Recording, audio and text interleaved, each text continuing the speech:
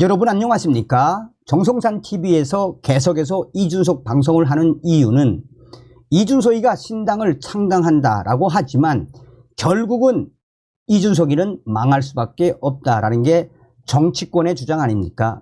정성산TV에서는 이준석 멸망의 그 끝장을 볼 때까지 이준석에 대한 방송을 계속해 드리도록 하겠습니다.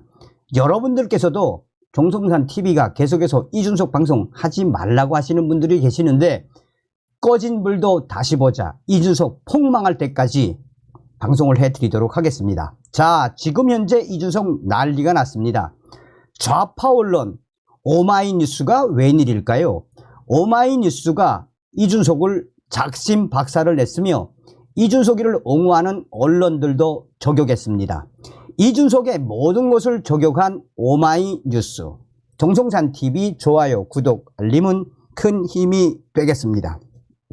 자, 오마이뉴스가 이준석을 옹호하는 언론들, 그의 정치가 남긴 것을 보라. 미래로 가자는 이준석, 그의 손짓 동의 못하겠다. 선거입니다. 민주주의의 꽃은 선거입니다 라는 오래된 슬로건이 연상되는 계절이 돌아왔습니다. 이 말의 의미는 단지 선거를 하는 민주주의 국가를 설명하는 것에 끝나지 않습니다. 1인 1표의 선거를 통해 통치자, 권력자를 교체하는 정치 체제를 위미할 것이고, 그 과정에서 이념과 가치를 경합하는 정당과 정치인들의 정치 행위와 유권자인 시민들의 정치 참여 등을 전반적으로 포괄하는 것을 의미합니다. 그런데 지금의 한국 정치는, 그리고 선거는 어떠합니까? 이준석, 새로운 정치를 내세운 이에 더 나쁜 정치, 새로운 정치를 하겠다는 이들은 움직임이 가볍고 기성주류 정치는 한없이 가벼운 입을 보여주며 정치가 가진 무게가 한없이 빠지고 있습니다. 세상의 문제는 점점 더 복잡해져 가는데 정치는 세상을 너무 쉽게 보고 있습니다. 기존 정치의 형편없음을 날, 선, 언어로 싸움을 붙이면 새로운 것처럼 보이고, 양당에서 윤석열 대통령 또는 이재명과 싸우면 정치의 큰 리더십으로 마땅히 인정받습니다. 이러한 정치의 구도 때문인지 이제는 더불어민주당이나 국민의힘 계열의 정당 양쪽 모두에 몸을 실었다가 빠져나온 인물들이 용기 있다고 평가받습니다. 물론 아주 틀린 말은 아닙니다. 정치를 시작해 배지를 달기 위해 이념과 신념 없이 공천권, 꽁무니만 따라다니는 경우도 태반입니다. 그런 사람들과 비교했을 때 분명한 상대와 경쟁을 하는 정치인들은 우리 정치에 필요한 이들입니다. 하지만 지금 그 대결 구도 한편에 있는 사람들의 모습은 기존 정치권과 크게 다르지 않습니다. 이와 관련된 사례로 자주 언급되는 이준석의 경우 보수 정치에서의 세대 교체라는 새로운 어젠다를 일부 가져오긴 했으나 젊은 연령을 내세우는 것 이상도 이하도 아닙니다. 이준석, 그가 말하는 정치나 사회 비전은 전혀 새롭지 않습니다. 이준석 자신의 몸집을 부풀린 정치 방식은 한국 정치를 오히려 나쁘게 만들고 있습니다. 이준석 그가 세대 교체론을 환기시키는 데에 큰 역할을 했을지도 모르지만 그것을 빼고는 이준석 모든 것을 보면 아무것도 없습니다. 그것을 빼고는 이준석 아무것도 한 것이 없습니다. 이준석 본인이 성역과 싸운다는 명분을 앞세워 팬덤을 만들 때 주요하게 사용한 방식은 혐오가 분명했습니다. 이준석은 혐오를 즐기고 있습니다. 이동권을 획득하기 위해 지하철을 타겠다는 장애인 시민들과 비장애인 시민들 사이에 갈등을 만들고, 누가요? 이준석이가 강력 범죄 피해자 80% 이상이 여성인 한국에서 여성들이 사회적 안전망을 요구하는 여성운동을 이준석은 폄훼하며 합의하기 어려운 분노를 조직한 장본인은 이준석. 그리고 이준석 그는 늘 자신이 옳다는 자신만만의 소리를 했습니다. 정치인으로서 할 수 있는 가장 나쁜 정치를 했다고 생각합니다. 자신만만한 이 정치를 했다. 정치로서 가장 나쁜 정치를 한 장본인은 이준석입니다. 진실로 가장 정치가 필요한 공간을 찾아가 폐허를 만들고 깃발을 꽂는 방식으로 이준석 자신의 인기와 지위를 무기처럼 썼습니다. 그것도 세대 교체라는 참 반대하기 어려운 낯을 가지고 이준석이는 교묘하게 이용했습니다. 이준석 말이 칼이 되는 정치. 때때로 이준석은 자신을 내부 총지라는 당대표로 캐릭터화하며 개혁 보수의 위치를 점유하고 싶어하나 그가 당대표에서 내려와 하고 있는 내부 총질 역시 혐오가 동반되었습니다.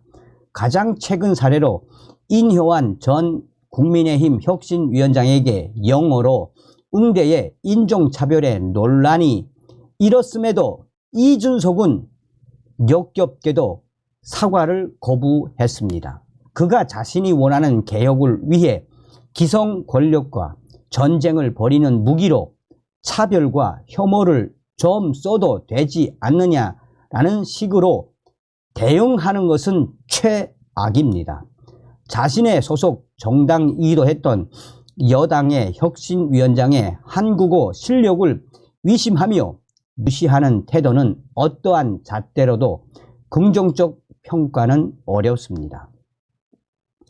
그러나 이준석 그는 그를 질타하는 시민들이나 언론을 극악이라고 분류화하며 자신을 인종차별주의자라고 말하는 것이 더 큰 문제라고 그는 말합니다. 적반하장도 이런 적반하장이 없습니다. 게다가 이런 태도는 버릇없는 이준석, 싸가지 없는 이준석 등의 연령 차별적 반응이 정치권 내에서 연쇄적으로 발생하게 만들었습니다. 이준석 그는 늘 이런 반응까지 노리고 말을 한다는 것도 가장 큰 문제입니다. 그야말로 말이 칼이 되는 정치의 표본. 이준석 그는 그렇게 활용합니다. 정말 이런 이준석의 혐오 정치가 옹호받아 마땅한 것입니까? 동의할 수 없습니다. 그렇기에 이준석 글을 직간접적으로 언급하며 평가하는 글조차 남기기 싫은 것도 사실입니다. 그러나 그를 향한 언론과 정치권의 해석이 과도하게 긍정적일 때 상처받는 시민들을 돌아보면 작은 영향력일지라도 함께 마음과 말을 모으고 싶은 심정입니다. 이견이라는 단어 또는 속력이라는 거창한 말로 포장해 혐오를 무기로 사용하는 이준석의 정치는 분명히 비판의 대상이 되어야 합니다. 설사 대단한 권력과 싸우는 정치일지라도 그 과정과 결과에서 피투성이가 되는 존재들이 오히려 가장 연약한 시민들이라면 그 정치는 작금의 방식에 대한 진지한 고민이 필요합니다. 그것은 한 사회에 꼭 필요한 정치 행위가 아닐까요? 사과와 용서를 모르는 정치가 만드는 미래. 결국 이준석은 국민의힘에서 나와 천하람, 허우나, 이기인 중 김용태는 당에 잔류하고 나머지 인물들과 함께하기 시작했습니다. 이준석이는 지금 시민들에게 자신의 정치에 투자하기를 요청했습니다. 미래로 가자라며 손짓하고 있습니다.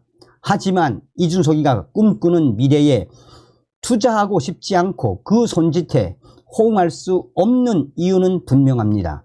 그가 지금까지 보여준 정치를 가지고 미래로 나아가기 위해서 그가 먼저 해야 할 일은 이준석의 정치가 소외시키고 배제시킨 시민들에 대한 진심 어린 사과, 이 사과가 없기 때문입니다. 그것이 선행되어야 그가 하겠다는 빼놓지 않는 정치가 신뢰를 얻을 수 있을 것입니다.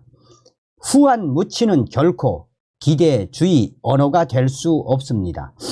이준석 그가 중시하는 진영 논리를 넘어선 이견이 통하는 사회, 충분히 토론하며 의견을 나누는 사회가 필요하고 훌륭한 것은 그러한 과정을 통해 자신의 잘못을 살펴볼 수 있는 기회, 타인의 실수 또는 잘못을 용서할 수 있는 경험을 가질 수 있기 때문이지 않을까요?